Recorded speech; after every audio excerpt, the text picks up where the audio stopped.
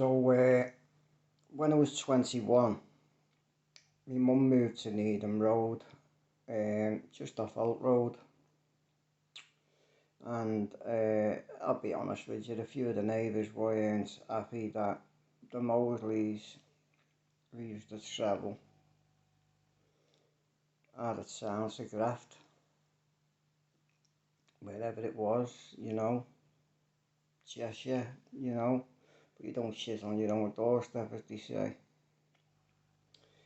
But we moved into Needham Road, Liverpool 7, and one morning, knock on the door, and I ran in, looked out my mum's front bedroom window, and it was Jack's at the door. I made it clear to them, give them a wave, I was going to open the door, save my mum's door getting put in. Went down, opened it, and they told me I was under arrest for robbery. So the embarrassment for my mum, but even though I hadn't done it, is horrendous. All police outside the door, searching the house, neighbours are out, but so I get away with the old police station, and I was charged with robbery. It was alleged that a fella who picks up a large amount of cash from the Hoover and excuse me, the washing machine place on Old Road. He collects a lot of cash on this day, the same day every week. But he says at this day, the company just didn't have the money.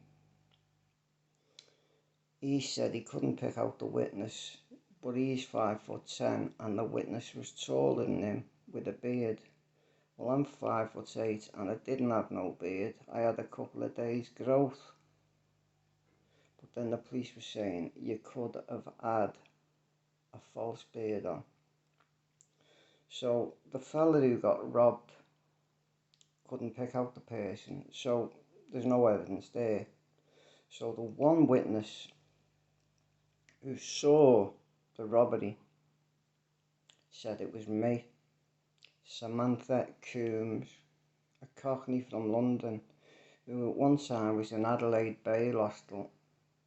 I don't know what for, but they must have had something on her. So I'm in the police station, and it gets out after going to court in the Bridewell, getting bail.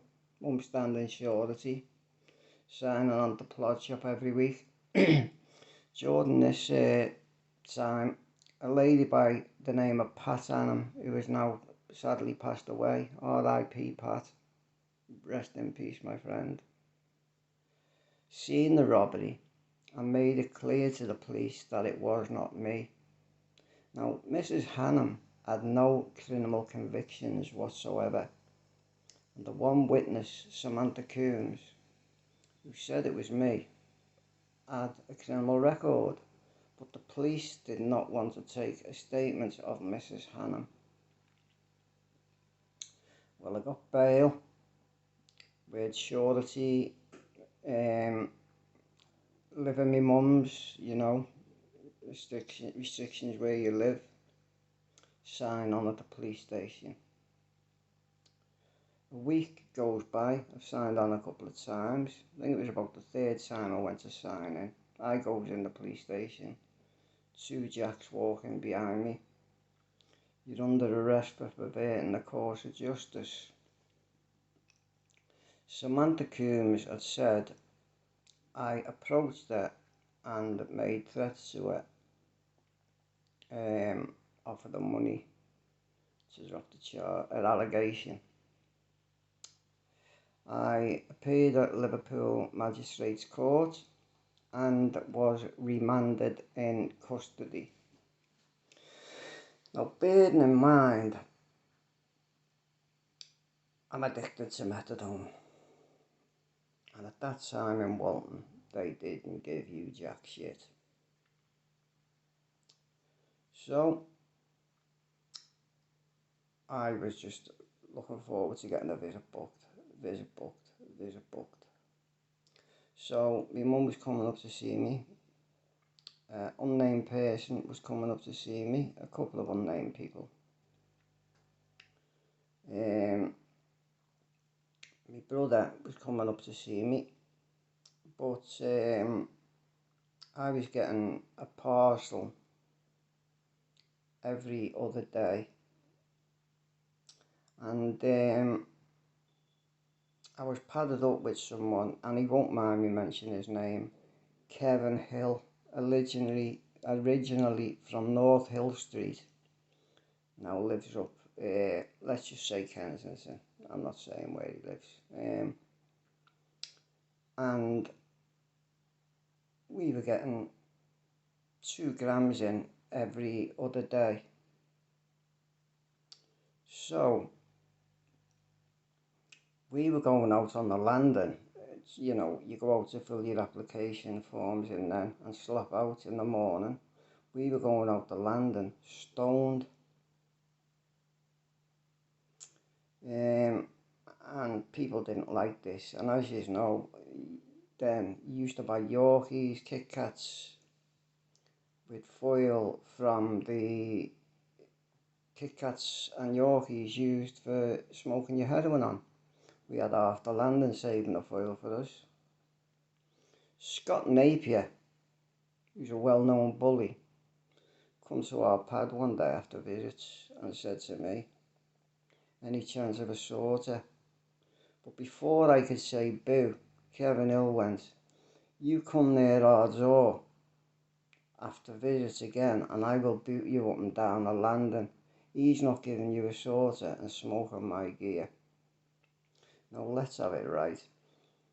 Either Kevin's visitor or my visitor, one of them was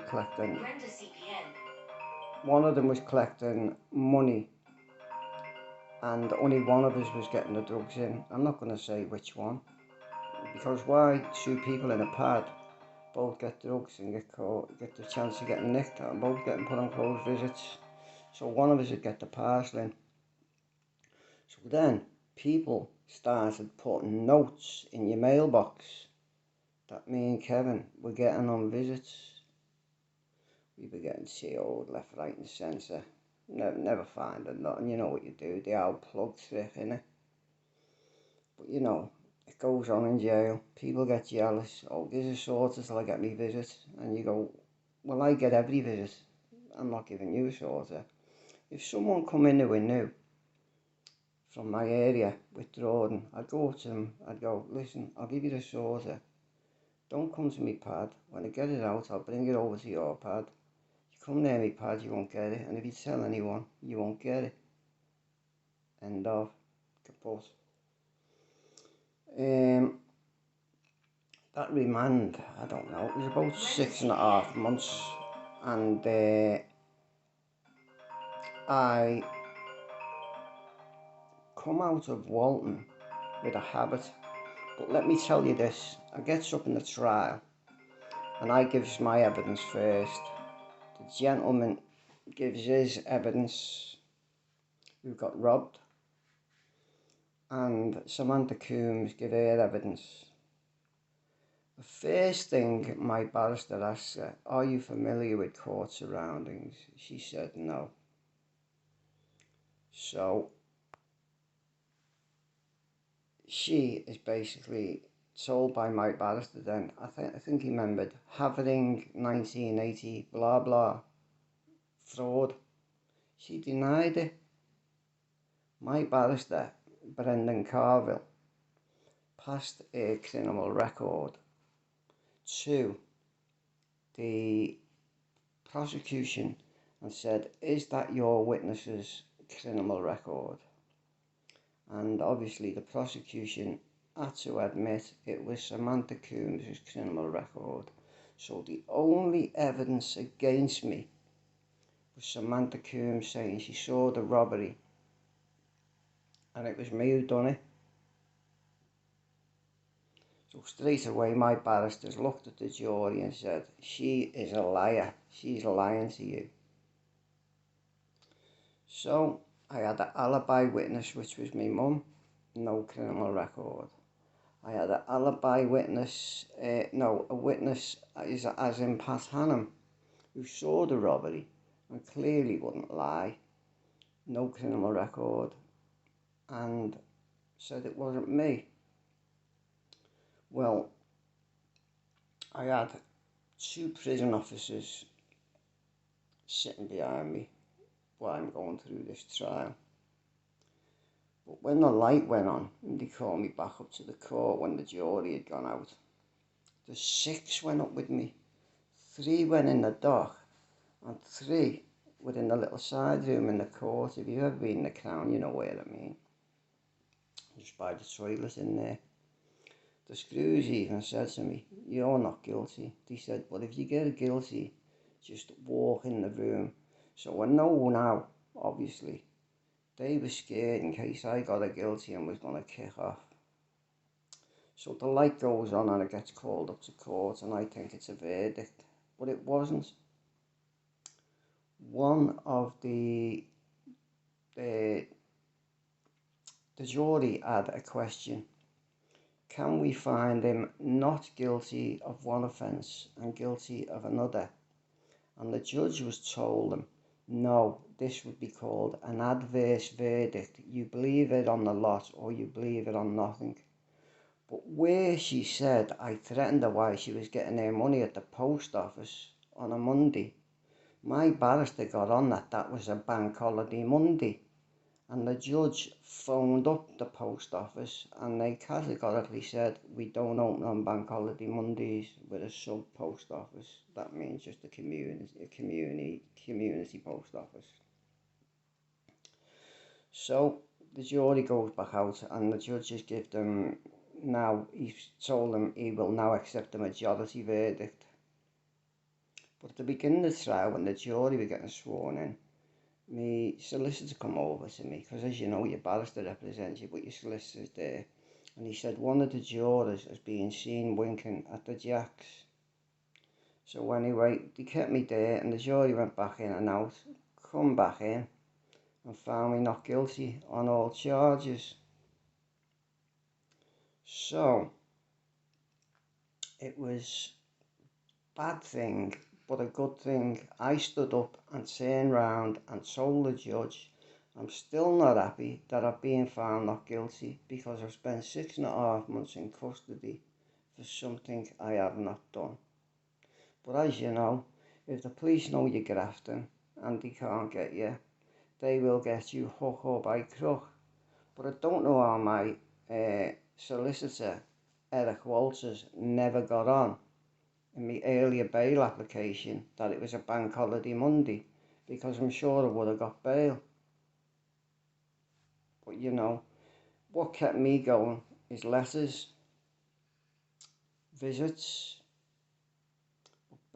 people in Nicola putting notes where you put your mail in the box, you know, little kites. Mosley and Hill are getting bed bugs on visits. Bed bugs, to you don't know, bed bugs drugs. But you know, that's what goes on in prison, you know. I was away there and Sony Hennigan was there. He got put in his place. He never got fuck all. He got sold by Kevin Hill. Fucked them all off. They all knew we were getting. But, you know, that's life and that goes on in prison. But what kept me going is I'm on remand. I've got my depositions. I know I'm getting a not guilty. I've got to. There's one witness against me. Got a criminal record. And there's alibi witness, no criminal record. Someone else who saw the robbery, no criminal record. And the fella can't pick the person out. But he's 5'10" and says the person was bigger than him. But, and now that's why 6 screws went up with me, scared in case I got not guilty. I got a guilty, and if I'd have got a guilty, I'd have bloody kicked off to the had to drag me down them stairs. But that's what happens, do you know? I got out of jail, and I think in the 6.5 months I'd done on remand, I must have went 3 days without heroin. I got out of jail with a habit. And again, before I knew it, I got back on the methadone. Heroin wasn't for me, but if you go to jail and they don't give methadone out, you will smoke it. Simple as that. I went back to living with my mum. First of all, we went into town. I bought, as you do when you get out of jail, a couple of rig outs. Went up to my mum's. And you know, you're only away for 6.5 months, but just in that 6.5 months, you see houses are being knocked down, new builds. You know, the place seems to change, and it feels weird. You just enjoy walking that shop for the first couple of days early in the morning, because you're used to getting up early. But then life went on as I know it. I ended up getting a flat because I'd been on Granby Housing, the council list, for a couple of years, and went down there. And within about 4 months after getting out, I got a flat in Rufford Road. We used to call it Rough Road. And I met a girl, Debbie. She lived with me for about 18 months. And then I couldn't put up with her drinking. I kicked her out. She looked through the curtain one night, seeing me and my mate had 2 birds in there through a little gap, brick through the window. 2 girls shit themselves and were out the back. So the next morning I gets up, measures the window, cleans all the putty and the little tacks out, puts the window in, replaces it myself. Bought the piece of glass from Ralph's. A week later, the same thing happened. Debbie put the window in again. I went down to pay her 1,000, gave them the keys. I'd got all my stuff out and left. I'd have loved to have seen Debbie's face when she went back that flat the next time. But I carried on living in my mum's, you know. And my mum didn't mind me living there, not at all, when I was stable on methadone, you know, and just plodding along with my life, doing activities. And then I'd drive, no insurance, no license. That's what it was in them days, till you get 90 producers. And then I got banned. I done me ban. Anyway, 2 years later, after getting out, I was arrested again. A lady by the name of Susan Quinn, she said the name was, made an allegation that I went to hers. She told me she was selling a video. I said I had a car, got her in it, took her to the Royal Pub in Breck Road, in the side door, and I done one out the front door and left her in the car. The car was stolen. She got me nicked. I got bail again. What happens? Goes to sign on. Only been signed on a couple of weeks. Same thing happens again. Perverting the cause of justice. This one said it offered the money and drugs. You know, so it was a theft, a UTMB, and you get bail for the theft and a UTMB. But then once your bail conditions are not to approach the witness by self-servants or agents, and you break that, you get remanded in custody. So this time, I got remanded in custody again, and my head was absolutely battered. Because, oh my God, 2 times in as matter as a couple of years. And I'll leave it there, and I'll let you know how it gets on next time. And I know where I've left off. But thanks for watching, and like, share and subscribe, because I did have the busies on my case in the early years of my life. Thank you very much. Adios, and respect for all you subscribers. Watch the video all the way through. I want to get monetized. I'm not throwing a PayPal account up there. No.